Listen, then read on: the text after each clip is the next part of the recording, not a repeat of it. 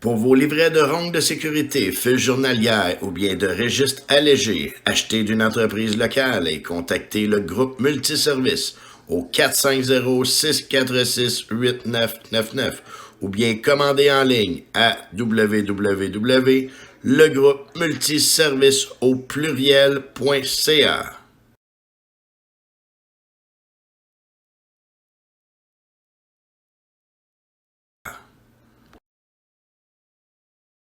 Bonjour tout le monde, bienvenue à une autre émission de Transport 360. Mon nom est Denis Lecourt. La semaine dernière, je me demandais si j'avais oublié mon nom, mais là, je l'ai dit, je le sais, je vais m'en souvenir. En compagnie de Stéphane Landry. Salut Stéphane. Salut Denis. Hey Stéphane, cette semaine, on a passé outre les invités, même notre ami Steve qui il a dit, vous n'avez pas besoin. Il a dit, vous n'avez pas besoin de moi. Ouais, il a faké un rendez-vous qu'il avait oublié. Il a faké un rendez-vous, j'aime ça. Hey, ça va être le fun, Stéphane, parce qu'il y a des situations qui se produisent actuellement. On est en pleine saison hivernale. Tu sais, on a parlé de déneigement avec Chantal la semaine dernière. On a parlé avec Steve de la route de glace il y a 2 semaines. Là, on a un petit peu de la suite dans les idées parce que, vous savez, l'hiver, il y a des choses importantes qui se passent dans le monde du transport, je vais le dire comme ça. Et on va s'arrêter un petit peu cette semaine sur certains incidents qui se sont produits. On en a entendu parler un petit peu partout, à travers les médias sociaux, bien entendu, mais également sur les réseaux nationaux et dans les journaux. On parle évidemment de Radio-Canada, LCN. Tout le monde a été sur le cas. Tu sais, ce qu'on disait il y a 2 semaines avec Steve, dès qu'il se passe quelque chose dans le monde du transport impliquant des camionneurs, là, les médias, là, c'est comme des vaudous, j'appelle ça des piranhas, là. C'est tout là-dessus. Ben, il faut en parler. Mais cette fois-ci, c'est avec raison, un petit peu. Ouais. Ben, beaucoup même. Oui, oui. Ce qu'on va parler, c'est l'obligation ou les conséquences pour les camionneurs qui se promènent et qui oublient ou prennent pas le temps de déneiger les remorques. Effectivement. C'est un fléau un petit peu. Oui, il y a eu justement là, un certain incident là, que j'ai pris en C'est en Mauricie, ça? Oui, c'est ça. C'est le conducteur, c'est Ryan Laurie, qui a reçu d'une remorque qui le précédait un bloc de glace qui a rentré dans le pare-brise et qui l'a blessé là, au visage. Ben, on a pu apercevoir son visage assez magané, je vais passer moins d'expression, dans les médias. C'est dangereux. Effectivement, oui. Fait qu'il faut voir là, justement au déneigement des remorques au niveau des camions, puis on parlera tantôt peut-être, pas peut-être, mais parce que on là, va parler d'automobile aussi. Tu sais, Ryan Laurie, là, tu regardes ça, puis tu vois le pare-brise qui est complètement fracassé, mais il y a eu d'autres incidents aussi, même un incident d'Atlas qui est parti d'une automobile, Oui. et qui est arrivé dans le pare-brise d'un camionneur. J'ai trouvé ça sur les réseaux sociaux. C'est M. Bernard Gagné qui a justement là, parlé de ça. Bon, il parlait qu'il y avait 2 poids, 2 mesures au niveau là, quand il a appelé les policiers, mais moi, je ne rentrerai pas là-dedans, je veux juste... En fait, c'est l'accident. C'est la glace qui est partie dans le pare-brise du monsieur, puis qui aurait pu le blesser sévèrement. Mais Stéphane, il y a des moyens de prévenir ça, et moi, je vais revenir, faire un petit retour en arrière un petit peu, parce que ça se produit sur la route, mais il y a une responsabilité, en quelque part. À partir du moment que tu t'apprêtes à prendre le départ, tu as des responsabilités avec ton camion. Oui, j'ai... Et ça fait partie des responsabilités. Effectivement, je vais mettre justement en lien un petit document là, qui on peut retrouver sur le site du ministère du Transport. Les liens qui vont tous être sur le site Oui, Internet, c'est ça, transport360.ca. Absolument. Puis c'est des documents, Denis, que tout le monde connaît. OK? C'est pas nouveau, ça ne date pas de cette année. Mais quand tu dis que tout le monde les connaît, on connaît toute la documentation qui est disponible. Est-ce qu'on prend le temps de la consulter? J'ai l'impression des fois que c'est un petit peu comme les instructions. Tu sais, quand tu ajoutes quelque chose, puis il y a des instructions dans le bas, là, ou les annonces dans les journaux, les annonces de vente automobile, ces choses-là, il y a des petits carénats, personne ne les lit. Et, oui, c'est sûr. Je pense qu'au niveau de la sécurité, ça se peut-tu que ça soit presque aussi vrai? Bien, je vais te dire, il y a beaucoup de rappels. Moi, mon employeur, c'est Summum Formation, puis on a publicité en passant. Salut Michel, salut Michael. Donc, on fait beaucoup de sensibilisation au niveau de nos conducteurs, justement pour prévenir des choses comme ça. On en fait suffisamment, peut-être pas, hein? On devrait toujours, je pense qu'on devrait toujours en faire un petit peu plus, mais du moins, j'ai plusieurs actions de fait cette année pour justement informer nos conducteurs sur le danger que ça peut arriver, cela. Donc... Parce que, Stéphane, moi, je fais un parallèle, puis je me le permets, avec la course automobile. Toi, tu cours en légende modifiée. Oh, tu t'en vas de lui. Non, non, mais si ton adversaire, à l'avant, il perd de l'huile, c'est un petit peu comme perdre de la glace en camion. Là. Ça peut être dangereux. Là. Oui, c'est sûr. Il faut juste essayer de se l'imaginer en course automobile. Si l'adversaire à l'avant perd de l'huile, ce que ça va faire dans le prochain virage, il y a des grosses chances que vous dérapiez dans l'huile. Dans le cas des remorques du camionnage, dans le monde du camionnage, je dis dans le monde du camionnage, on semble viser le camionnage, mais on a un cas que c'est une automobile. Oui. Sur la route, déneiger, de grâce, déneiger votre toit de véhicule, ça n'a pas de bon sens. Bien, il y a une différence entre une petite neige. Tu sais, quand que tu pèles ta neige à la maison, là, en fin de semaine, elle était pesante. Elle était lourde. Elle était lourde. Hein? Il y avait de l'eau dedans, elle était pesante. Il y a une différence entre ça puis la petite neige flake là, qu'on peut ou qu'on peut enlever avec notre balai. Là. Mais ça, souvent, t'es rendu au coin de la rue, il n'y a plus de neige. Exact.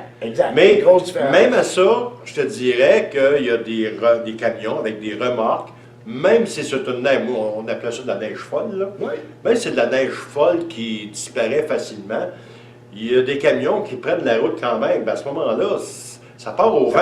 Ça aveugle. Là. Puis ça peut nuire à la visibilité des automobilistes qui suivent à l'arrière. Qu'est-ce qui pourrait arriver? Un camionneur peut-il se faire arrêter soit par la Sûreté du Québec ou encore un contrôleur routier parce qu'il n'a pas déneigé le dessus de sa remorque? Je commencerai, Denis, par parler peut-être. Oui, absolument. Il y a des articles de loi. Je sais que tu veux parler d'autre chose. Moi, non, mais il y a un article qui dit que... C'est moi qui va te dicter le déroulement. Il y a un article qui dit qu'il n'y a rien qui peut se détacher de ton véhicule. OK? C'est un article au niveau de l'arrimage. Ouais. Fait qu'il y a une contravention là-dessus. Puis il y a même un autre article qui dit que tu pourrais recevoir une contravention pour qu'est-ce qui te reste sur ton véhicule. Parce que c'est pas attaché. Et de la neige, que ce soit de la neige, de la glace, c'est pas supposé de quitter notre véhicule puis de blesser les gens qui sont à l'arrière. Fait qu'au départ, je te dirais, il y a des responsabilités.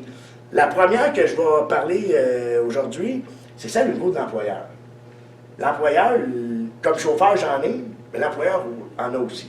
Donc, la semi-remorque qui est dans la cour aujourd'hui et qu'on part ce matin pour aller faire nos livraisons et qu'il y a de la neige sur le dessus, elle doit être déneigée. Et ça, l'employeur, lui, doit nous fournir les équipements pour être capable de la déneiger. Ça, c'est en premier lieu. Ça, au niveau des équipements, là, il y a plusieurs formes d'équipements. Il y a plusieurs types d'équipements pour nettoyer les remorques. Effectivement, je vais justement vous montrer un petit vidéo qui va montrer, là, si on prend, exemple, la gratte qui va sur les remorques. Bon, ben, on a une petite vidéo là-dessus, justement. Ouais, les entreprises qui ont beaucoup de grosses flottes de camions, généralement, ils ont ce type de gratte-là. Ça s'appelle le système mécanique là, pour déneiger les dessus de la remorque. Il y a des marques qui existent à ce niveau-là. Donc, c'est un genre de scraper qui descend sur la remorque qu'on passe en dessous. Ça va bien. On a une grosse flotte, on a du budget, on équipe nos camions de ça. Mais de temps à autre, il y a des compagnies qui ont peut-être un petit peu moins de grosses flottes, de budget. Et rien n'empêche que si je suis stationné chez un client parce que je lui livre demain matin, et pendant la nuit, il vient de tomber un pied de neige sur la remorque. Ça devient ta responsabilité. Je ne suis plus dans le cours. Là. Je suis plus dans le cours. Là, les gens souvent m'ont dit, ouais, mais responsabilité. Oui, ça devient la responsabilité du chauffeur. Par contre, là, il arrive le système de fonctionnement, comment tu es payé. Tu es payé à l'heure ou au kilométrage. Si c'est payé au kilométrage, le chauffeur, ça va le fatiguer de nettoyer. Si c'est payé à l'heure, ça va peut-être le déranger moins, mais y a-tu l'équipement pour le faire? L'employeur doit fournir l'équipement. C'est sûr, en premier lieu, dans la cour, ces choses-là. Je dis l'employeur, mais ça peut être les expéditeurs, les consignataires. Tu sais, je laisse ma remorque là pour la nuit, ou même pour la semaine, je la récupère plus tard. Ils ont des responsabilités. Je vais justement aborder avec toi, Denis, le Code de la sécurité routière. Le Code de la sécurité routière dit que l'article 498, on dit qu'il est également interdit à tout conducteur de laisser une matière quelconque se détacher du véhicule qu'il conduit. Fait qu'on parle de tout véhicule, que ce soit un remorque, un automobile. Ensuite, on a la loi sur la santé et la sécurité au travail. Évidemment. L'article 12, qui dit qu'un travailleur a le droit de refuser d'exécuter un travail s'il a des motifs raisonnables de croire que l'exécution de ce travail l'expose à un danger pour sa santé, sa sécurité ou son intégrité. Donc, si j'ai pas l'équipement, puis comme mon employeur me demande de monter sur le top, puis je suis pas attaché, puis j'ai pas l'équipement pour ça, je peux pas le faire. Je n'irai pas risquer ma vie à monter sur un camion. La vie ou encore des blessures graves qui peuvent Ben oui, ça n'en prend pas gros. handicaper le travail. Effectivement. Les mots, là. Donc, on dit justement dans cette loi-là que l'article 51, l'employeur doit prendre les mesures nécessaires pour protéger la santé et la sécurité. Fait que c'est la responsabilité au niveau de l'employeur. Là, on remet tout ça sur le dos de l'employeur encore. Bien, il y en a une partie, oui. OK, On c'est s'entend correct. que aujourd'hui, il y a peut-être des employeurs, des propriétaires de flotte qui aimeront un petit peu moins ce que je dis. Mais c'est écrit noir sur blanc, puis c'est la loi, c'est la réglementation. Ben, c'est la loi, puis c'est ta responsabilité. Je voudrais pas blesser quelqu'un parce que j'ai laissé échapper un bloc de glace. Ça, c'est quand tu y penses pas. Puis à ce moment-ci, il y a une autre chose qu'il ne faut pas que j'oublie. Je vais l'écrire ici, là, puis je vais en parler un petit peu plus tard, parce que je ne veux pas l'oublier. Absolument. Alors, regarde. Non, mais qui la met en application? Est-ce qu'on la met vraiment en application, cette règle-là? Ça, c'est une autre affaire. Tu peux avoir un contrôleur routier qui peut t'intercepter. Oui. Tu peux avoir la Sûreté du Québec. En autant qu'ils n'ont pas de neige, eux autres mêmes, sur les camionnettes de patrouille, hein? Parce que j'ai entendu ça, que ça arrivait des fois, mais je veux pas faire ma langue sale, qu'est-ce que tu dis? Oui, mais t'es bien parti. Là. Je suis bien parti, mais j'en ai vu moi-même des véhicules de la Sûreté du Québec tout enneigés. Ben, effectivement, on a vu...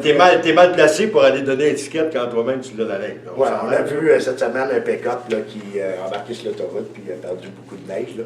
Fait qu'on va pas se faire des... On va pas se faire d'ennemis, mais... Il faut montrer l'exemple, mais il faut surtout l'appliquer. Est-ce qu'on l'applique vraiment? Est-ce que vous avez entendu si on l'avait appliqué au Québec? Est-ce qu'on l'applique, cette règle-là? Très honnêtement, moi, je vais te dire, au niveau des camions, j'en entends. J'en entends. Ce qui, je trouve un petit peu aberrant, c'est que je vois beaucoup d'automobiles qui ont ce que je vais appeler des igloos. Des igloos mobiles. Des igloos mobiles. Et puis, les gens ne déneigent pas.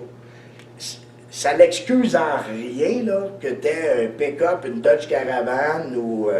mais je vois des fois des véhicules moyens, là, véhicules quand même, là, une Honda Civic, pour prendre l'exemple.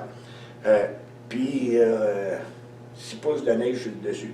Là, on ne peut pas me dire que c'est une question d'odeur, à moins que la personne soit trop petite. Ça n'a rien à voir, là, ça n'a rien à voir. Mais ils sont passibles parce qu'ils pourraient se faire arrêter aussi pour avoir une contravention. Sauf que la contravention, parle-moi un petit peu, parce que c'est un petit peu ridicule par rapport... Ouais, parce que j'ai vu quelque part au Manitoba, quelqu'un s'est fait arrêter, un véhicule, avec trop de neige sur le toit. Puis le policier a donné une contravention, ça a coûté 237 de mémoire. Oui, tout à fait. Ici, c'est quoi, 70? Entre 60 et 100. Entre 60 et 100. Fait que c'est sûr que... Parce que ça peut devenir aussi grave que de... Là, j'ambitionne peut-être. Que texto, voilà. Presque. Ben, ça peut devenir tout aussi dangereux, dans le fond. Il y a un danger. Il y a un danger, c'est certain. Tout le monde a déjà peut-être vu dans leur vie quelqu'un qui freine et puis que la neige du toit descend dans le pare-brise. Hein? Ça nous est tous arrivé. Parce qu'aujourd'hui, on prêche, mais on l'a tout fait. Là. Ben, moi pas pour toi, Denis. Non, mais il y a quelqu'un qui m'a parlé que non, aujourd'hui, c'est moi. Ça t'était arrivé, toi aussi. Je parle du monde, des fois, avant de venir ici. Oui, donc c'est des choses qui ne devraient pas arriver. Non. On est capable de déglacer le toit. Moi, ce que je vois, c'est que des fois, les gens, il n'y a aucun effort. Mais si on verrait au moins une partie enlevée, si la personne a essayé de geler un peu, il y a des personnes âgées, des fois, que c'est peut-être pas facile pour eux autres de déglacer leur véhicule. C'est certain, mais au départ, les personnes âgées, si à la base sont pas capables de déneiger le véhicule, peut-être ne devraient pas sortir cette journée-là. J'ambitionne peut-être, là. Ou de faire déneiger. Tu peux faire déneiger au même titre, Denis, au niveau des remorques, oui, on a des belles machines là, qui sont mécaniques, qui vont enlever la neige, mais c'est pas partout. On a des stations de déneigement qui sont faites, soit de vieilles remorques qui... Est-ce qu'il y en a assez de stations de déneigement? Ben... Est-ce qu'il y en a, je veux dire... Il n'y en a pas des publics. Ah, il n'y en a pas de public, c'est ça. Il y en a dans des entreprises. Mais au lieu de mettre 143 balances au Québec pour les camions, ils pourraient peut-être incorporer ça, ce système-là en même temps, non? En fait, si là, je viens de te lancer l'idée, je ne t'attendais pas à ça. Là. m'en vais te sortir de réponse, ouais, ça c'est mon métier. Je suis ici, je peux pas me rendre à Valence à l'Assomption pour aller me faire déneiger, là. Je suis poigné là. Mais la balance n'est pas d'ici à aller à l'Assomption, quand même. Ben, je te donne un exemple. Si mon camion ici... T'es à Ville d'Anjou. On est à Ville d'Anjou. Si mon camion, je me lève demain matin et qu'il y a un pied de neige dessus, je peux pas me rendre à l'Assomption à la station de déneigement pour le déneiger. Je suis en infraction d'ici à là. Non, mais il peut y en avoir plusieurs. L'Assomption, c'est quand même loin d'ici, au niveau du transport, dans le sens... Oui, c'est parce que tu parlais des balances, fait que ça, je pensais... Oui, balance, mais ça peut être d'autres points de... Oui, ça pourrait être possible. Par contre, regarde, moi, j'en ai pas ici. Mais pour les entreprises qui n'ont pas de flotte de camions, ça serait peut-être adorable. Je sais qu'il y a quoi à Lanoret, il y en a de Mont-d'Or à Lanoret, je pense pas qu'il y ait ça. Puis il y en a des camions là aussi, puis je pense pas qu'il y ait ça. Je serais pas surpris qu'une petite station, je suis pas allé, bonjour Mont-d'Or, je suis pas allé, mais je suis pas surpris qu'il y ait quelque chose. Ben, je nomme Mont-d'Or. Moi, je l'ai pas vu, j'ai passé là souvent, là, puis je l'ai pas vu, ça. Peut-être qu'on le voit pas. Ça peut être un système genre de racking qui a justement des passerelles, tu sais, qui prend pas de place, les gens mettent ça dans le fond de la cour, on monte là-dessus, on a un harnais, on est attaché, puis on déneige notre remorque. Ça vaut combien une station de déneigement comme ça? Écoute, je peux pas te dire, je me suis pas informé des prix, mais là, tu parles de plusieurs milliers de dollars. Ben, si on parle du système là, mécanique. C'est un investissement. Ben, tantôt, tu as parlé justement d'une petite vidéo. Ben là, on va la regarder, on va s'arrêter. On regarde la vidéo? On va regarder la vidéo, puis on vous revient tout de suite après.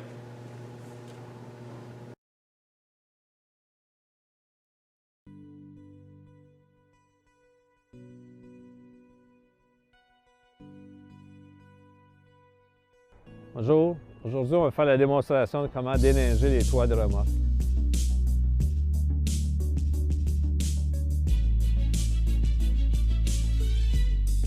Les toits de remorque sont conçus en fibre de Chemlite ou en feuilles d'aluminium. L'épaisseur est de 4/100 de pouce. Donc c'est important de déneiger de façon sécuritaire et de ne pas perforer les toits lorsqu'on déneige. L'utilisation d'une pelle en plastique et une masse dont on utilise la tête de la masse pour casser, fracturer la glace afin de déneiger le toit. C'est important d'être rattaché à une sangle de sécurité pour prévenir les chutes lorsqu'on est sur la remorque. Et c'est important aussi de faire attention lorsqu'on projette les glaces vers le sol. Une remorque, nous suggérons de déneiger les toits lorsqu'il y a 30 cm de neige et ou une accumulation d'eau de glace causée par les changements de température. Donc, lorsqu'on déneige, c'est important de faire attention de ne pas donner des coups avec des pointes de pelle pour ne pas perforer les toits.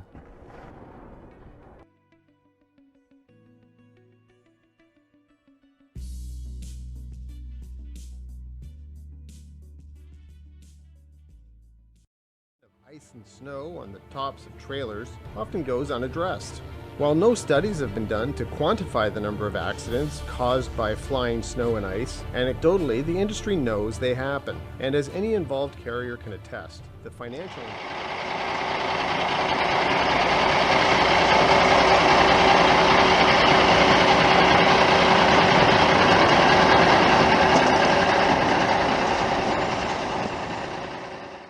assign the task to a couple of guys with shovels. But removing the snow by hand is time-consuming, it's labor-intensive, and it can be dangerous. And the scraper systems that came along aren't much better or faster.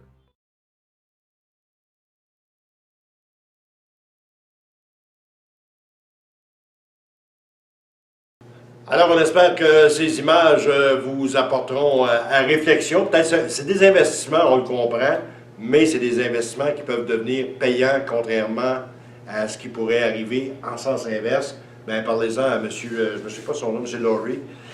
M. Laurie, il aurait bien aimé ça, lui, que le camionneur de la remorque a été nettoyé. Pensez-y, il en va de votre sécurité, il en va de la sécurité des gens qui vous entourent sur la route. Tu sais, souvent, on se plaint dans le monde du camionnage des gens qui nous entourent sur la route.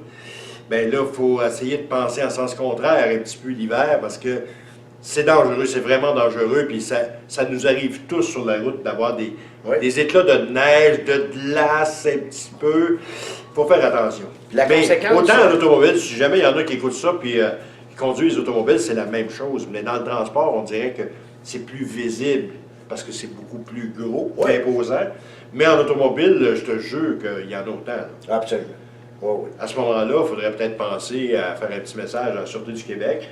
Puis, je sais pas, ça existe encore, les contrôleurs routiers? Là, je ne ferai pas d'amis. Oui, là. Denis. Mais ça existe, on ne les voit plus. Je les vois pas. Toi, tu ne les vois pas. Nous, les camionneurs, on les voit partout. Ben, je me promène ces routes-là, puis j'en vois pas. C'est un peu plus discret, ils savent un petit peu aussi où, Ben, ils pourraient être plus visibles, puis plus alertes, puis peut-être... C'est sûr qu'ils doivent être en staffabilité aussi, hein. Ils peuvent pas... c'est pas comme les policiers. Là. Essaie d'expliquer ça à M. Laurie, que le camionneur, il avait de la neige sur son camion parce que les contrôleurs routiers sont en effectif réduit, ne peuvent pas contrôler. Va y expliquer. C'est sûr qu'il y en a dans des régions différentes, il y en a peut-être plus dans mais c'est pas toi que je chicane. Non, je comprends, Denis. Hein, c'est quoi les obligations? Tu as des obligations puis tu as des conséquences. Oui. Ben, les conséquences, là, ils sont quand même assez graves. Là.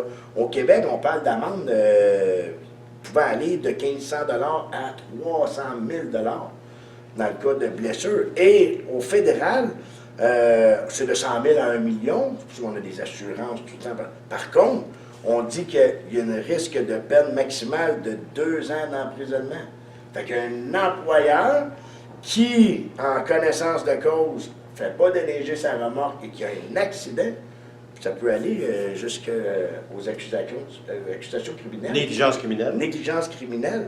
Personne ne veut ça. Là. Et de plus, ces infractions-là vont être prises en considération dans l'évaluation du dossier. Ça, Denis, c'est que tout employeur qui a une flotte de camions a ce qu'on appelle un NIR, c'est un numéro d'identification au registre, et il est noté avec des points. Un peu comme tes points d'inaptitude, Denis, qu'on ne parlera pas aujourd'hui. J'ai tous mes points, moi, en passant. On pourra en jaser. À ce moment-là, ben, il va être affecté dans ses points. Ça va venir y toucher. Ça peut être jusqu'aller qu'à une infraction grave, l'amener à passer devant la Commission des transports du Québec. Donc, c'est quand même là... C'est sûr que c'est l'extrême, mais toute situation banale peut se rendre à l'extrême. Je vais le dire comme ça. Oui. Il y a M. Laurie, là, mettons qu'il reçoit ça dans le village, et puis ben, c'est ce qu'il y a eu. Parce que quand tu regardes la photo, là, je vais dire, ça passait à travers du pare-brise, là. Oui, passait à travers du pare-brise. Il y avait d'autres photos aussi que j'ai pas, là. Il y a des blocs de glace, des particules de glace qui ont fini dans le lit, à l'arrière de lui. Fait qu'il y a eu quand même un impact. Puis pour démolir un pare-brise comme ça, ça a dû être un gros bloc de glace. Donc on voit justement, là... Ben, il entraîne des gros blocs de glace, des fois, là. Oui, c'est certain.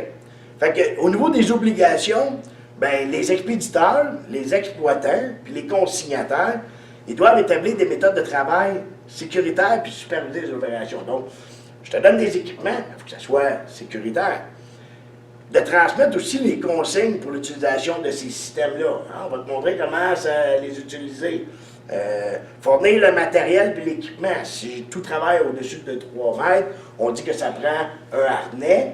Ben à ce moment-là, il faut que la personne puisse... Si tu montes sur la remorque, normalement, c'est plus que 3 mètres. Absolument. Donc, tu dois avoir un harnais. Et vous voyez, est-ce que les travaux de déneigement effectués, on parle du 3 mètres, se fassent sur une surface munie de garde du corps ou fournir au conducteur un dispositif de protection contre les chutes, donc le harnais.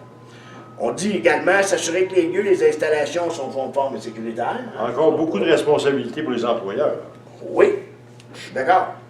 On parle des employeurs, mais il y a beaucoup de contractuels, de propriétaires de camions aussi qui sont on their own, comment on dit ça en français, sont laissés à eux-mêmes. Oui. Donc, sont conducteurs, propriétaires, ben, c'est toutes des choses qui sont aussi bonnes pour vous, mais là, c'est votre responsabilité totale. Quand on est employé dans une flotte de camions, ben là, c'est l'employeur qui prend partie des responsabilités.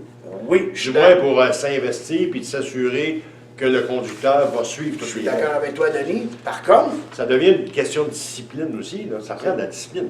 C'est toujours le conducteur qui aura le dernier mot.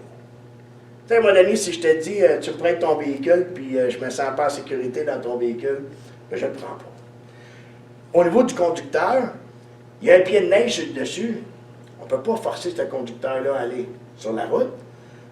Et de plus, ben, si ce camionneur-là prend... J'aimerais ça que tu rajoutes tout le temps, ce camionneur-là ne devrait pas prendre la route. Non, ne devrait pas. Pas tout le temps prendre les paroles de l'employeur, puis on dit, j'ai l'impression de faire une entrevue avec un syndicaliste.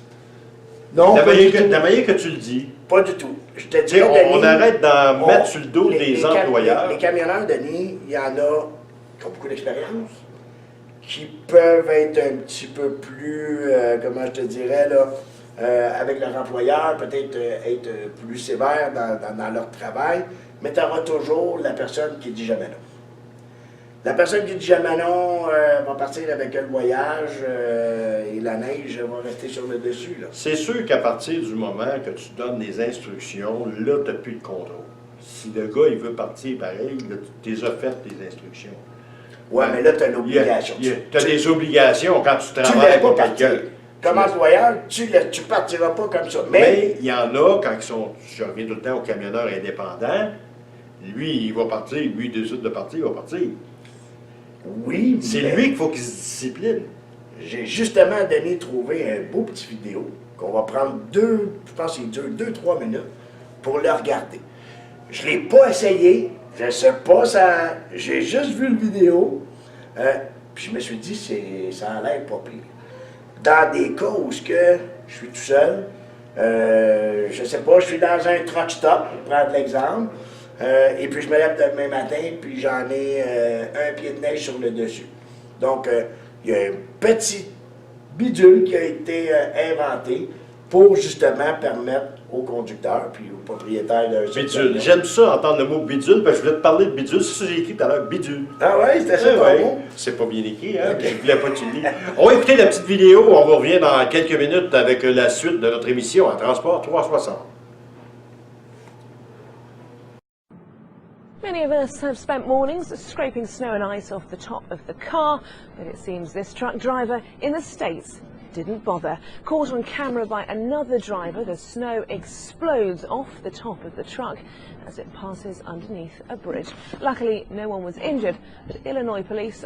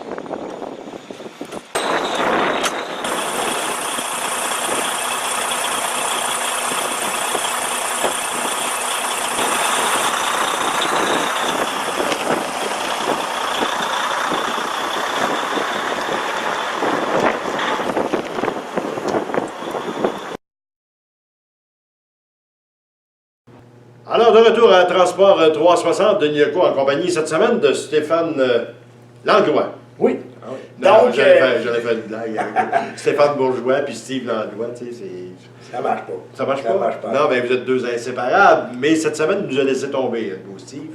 Ouais, fait qu'on n'est pas deux inséparables. Ben non, c'est la preuve, vous pouvez vous séparer. Hey, vous avez vu la petite vidéo, c'est un petit système génial quand même, mais c'est une nouveauté. Tu sais, je te dis pas que c'est Un autre bébé. parfait. Ça prend hein? un autre bébé. C'est peut-être un petit peu plus long pour faire le travail. Je ne l'ai pas essayé. Je peux pas dire le temps que ça prend. Mais du moins, quand j'ai regardé la petite vidéo, l'équipement n'est pas trop gros. Ça a l'air portatif un petit peu. Puis ça prend un petit peu de volonté. Ben, c'est de la volonté, tu sais, j'ai employé le mot discipline à quelques reprises, là, depuis le début de l'émission. Discipline, volonté, ça va tout ensemble. Oui. À part de volonté, ben, on va dévier un petit peu de la route. Un pare-brise givré, c'est aussi grave. Justement, ce mois-ci, il y a eu un éboueur qui s'est fait frapper parce que le pare-brise de l'automobiliste était givré. Et puis, il n'a pas vu l'éboueur et il l'a frappé. Donc, et ça va, justement, tantôt on parlait... Tu sais, parce que tu parlais tantôt d'igloos mobiles, ben, igloos mobiles, ça fait partie de ça, tu sais, de la pluie vers de la cendre, surtout qu'on a un hiver relativement doux, là, je ne vais pas me faire d'ennemis, spécial, c'est doux. Et la pluie vers de la cendre, tu fais une couple de fois, puis là, tu pars, puis c'est de la neige d'accumulation, tu prends pas le temps de le nettoyer. C'est grave, c'est dangereux, puis ça pourrait être des accusations criminelles, là. Bien, c'est ce qui est justement là, en train de se discuter, à savoir, est-ce qu'il y aura des accusations criminelles qui vont être portées contre le conducteur? Fait qu'il y a, oui, on a les camionneurs, mais les automobilistes... Ben, c'est survenu à Montréal, ça, en passant. Oui. Et c'est partout, là, on dit Montréal, mais que ce soit Montréal ou n'importe où au Québec, ça peut arriver, là. Absolument. C'est des choses qui seraient évitables. Moi, je vois ça comme ça, là. Quand on voit un accident comme ça, un bloc de glace qui part d'une remorque... Mais c'est pour ça que je disais en début, avant même qu'on commence l'émission, je disais on va parler des incidents. Parce que dans la réalité, c'est des incidents. Quand c'est par négligence avant de partir, ça devient des incidents, mais qui deviennent des accidents. Et ça devient grave. Un accident, à proprement dire, que ce soit avec une remorque ou une auto, peu importe, sur la route, un accident, bon, pourrait peut-être toujours être évitable, mais on est sur la route, on a des risques qu'on prend sur la route, ça, tout le monde en convient. Des fois, c'est inévitable. Mais quand tu pars d'un incident, l'incident est créé à partir du moment que tu ne nettoies pas le toit de ta remorque ou le dessus de ta remorque, le dessus de ta voiture, ton pare-brise ne dégivre pas. Là, c'est un incident qui peut devenir un accident, qui peut devenir un acte criminel. Mais c'est les conséquences qui arrivent avec ça. Monsieur Laurie, justement, oui, il y a des coupures dans le visage, mais peut souffrir de certains symptômes à ce niveau-là. Ça doit être stressant. Je ramène à quelque chose. On a tous déjà probablement eu une flaque d'eau qui nous vole dans le pare-brise. On fait du saut. Moi qui roule la fenêtre ouverte toujours un peu. Je suis pareil, Denis. Donc, un petit peu d'eau salée, comme on dirait, dans ce temps-ci, c'est pas très, très, très bon. Par contre, imaginez-vous si c'était un bloc de glace. Là, ça rentre dans le pare-brise, ça te blesse au visage.